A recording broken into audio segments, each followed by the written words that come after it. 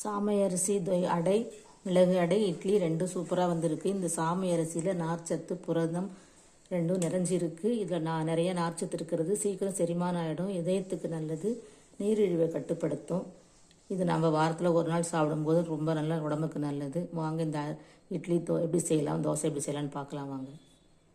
Hello friends, welcome to அரிசி சமையல். இன்றைக்கி நம்ம வீடியோவில் சாமை அரிசி, இது நான் விருதாச்சலத்துலேருந்து வாங்கிட்டு வந்தேன். அங்கே வாங்கும்போது அரை கிலோ 45, சென்னையில் வாங்கும்போது 70-80 வரைக்கும் இருக்கும். இப்போ நம்ம இது ஒரு 4-5 தடவை கழுவிட்டு ஊற வச்சுக்கலாம்.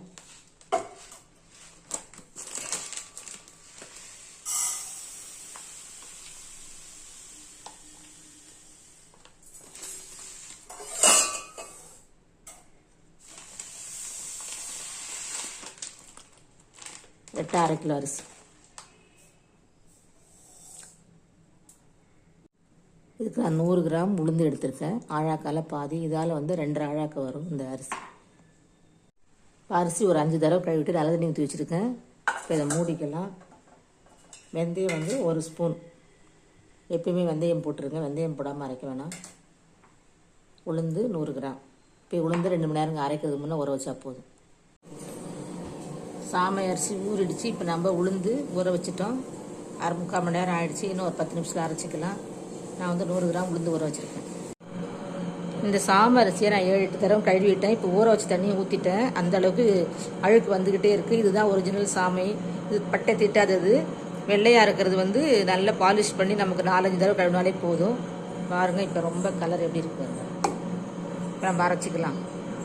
ஃப்ரெண்ட்ஸ், நம்ம சாமை அரிசி ஊற வச்சு அரைச்சிருக்கோம். இப்போ நம்ம அதுக்கு 1 கப்பு துவரம்பருப்பு, 1/2 கப்பு பாசிப்பருப்பு, ஒரு 2 தடவை கழுவிட்டு இந்த மிளகாய் சேர்த்து ஊற வச்சுக்கலாம். நம்ம இதை சாமை மிளகு அடை செஞ்சுக்கலாம். இப்போ அதை அரைச்சிட்டா இது தனியாக நம்ம அரைச்சிக்கலாம் மிக்சி ஜாரில்.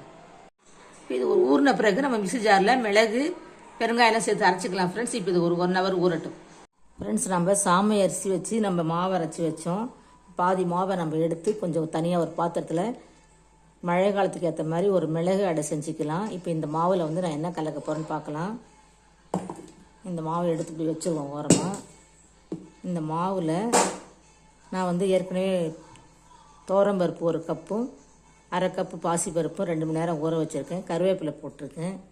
மிளகு 1 ஸ்பூன், சீரகம் 1 ஸ்பூன், இஞ்சி, பெருங்காயம், 3 மிளகாய் ஊற வச்சேன். குழந்தைக்கு கொடுக்குறதால 2 மிளகாய் மட்டும் போட்டுக்கிறேன். இப்போ நம்ம இதை அரைச்சி இந்த மாவில் கலந்துருவோம். ஃப்ரெண்ட்ஸ், இப்போ நம்ம மாவை மிக்சியில் அரைச்சிட்டோம். இப்போ இதில் ஊற்றிக்கலாம். மாவு திக்காகவே இருக்கட்டும். நம்ம தண்ணி வேணுன்னா கலந்துக்கலாம். வெங்காயம் நான் பெரிய வெங்காயம் தான் கட் பண்ணி வச்சுருக்கேன். ஒரு சின்ன சைஸ் பெரிய வெங்காயம். தேங்காய் ஒரு 1/2 கப். இப்போ நம்ம கலந்துட்டு இப்போ நம்ம அடை தோசை ஊற்றிக்கலாம். ஃப்ரெண்ட்ஸ், நான் ஒரே ஒரு கற்பூரவள்ளி இலையும் கொஞ்சம் மல்லி இலையும் போட்டுக்கிறேன். இதை மட்டும் சின்ன சின்னதாக அப்படியே கிள்ளி போட்டுருவோம். ஃப்ரெண்ட்ஸ், நம்ம மல்லி இலை கொஞ்சம் போட்டிருக்கோம். இப்போ எல்லாம் கலந்துக்கலாம். நான் குழந்தைக்காக இந்த இலையெல்லாம் போடாமல் ஒரு அடை தோசை ஊற்றிருக்கிறேன். இப்போ நம்ம எல்லாருக்கும் சேர்ந்த மாதிரி ஊற்றிக்கலாம். ஃப்ரெண்ட்ஸ், வாங்க இப்போ நம்ம கல் காஞ்சிருச்சு. சாமை மிளகு அடை ஊற்றிக்கலாம்.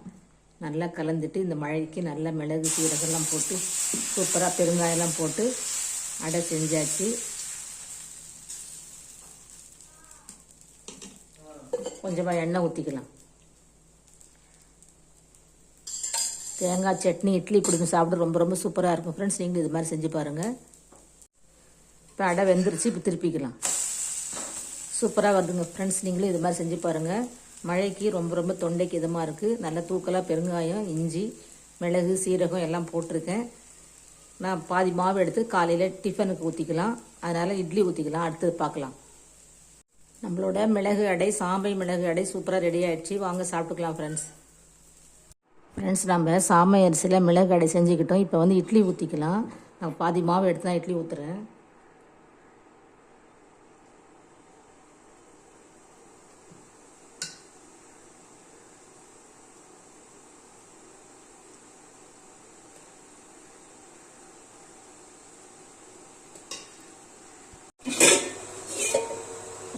பத்து நிமிஷம் வச்சு மூடிக்கலாம். இப்போ இட்லி ரெடி ஆயிடுச்சு. இட்லி எடுத்துக்கலாம்.